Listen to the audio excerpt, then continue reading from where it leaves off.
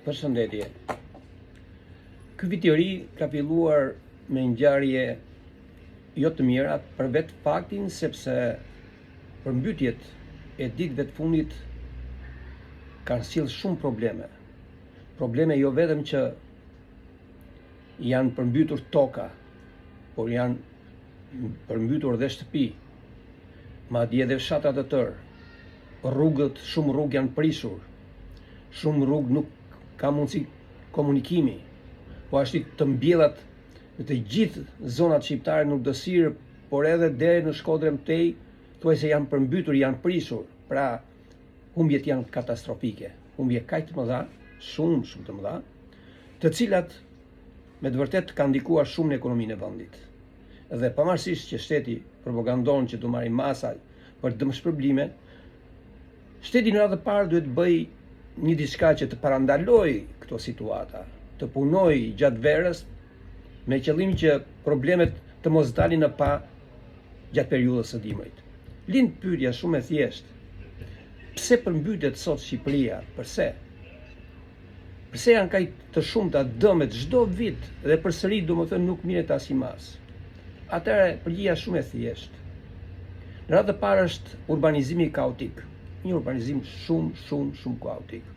Ndërtime mbi shtretit e lumenjve dhe përroskave, betonizim masiv që pengon absorbimin natyror të ujit, shkatrimi të gjithë hapësirave urbane ose të gjithë hapësirave të gjelbërta e tjerë.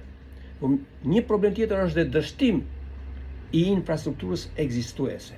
Pra, kanalizime të bllokuara që shikon gjatë gjithë kohës, nëse edhe bën një udhtim të thjeshtë, dhe shumë të tjera nga këto kanalizime janë të braktisura që s'është vënë dorë për vite të tëra, janë mbytur me dhera, me barishte, me trungje të tjera. Sigurisht, sisteme kulluese të cilat janë projektuar për një Shqipëri thuajse sa gjysma e kësaj popullsie, pra nuk është parë në vimësi, në perspektivë 50, 100 apo 200 vjeçare, siç bëjnë vendet e Europës veriore.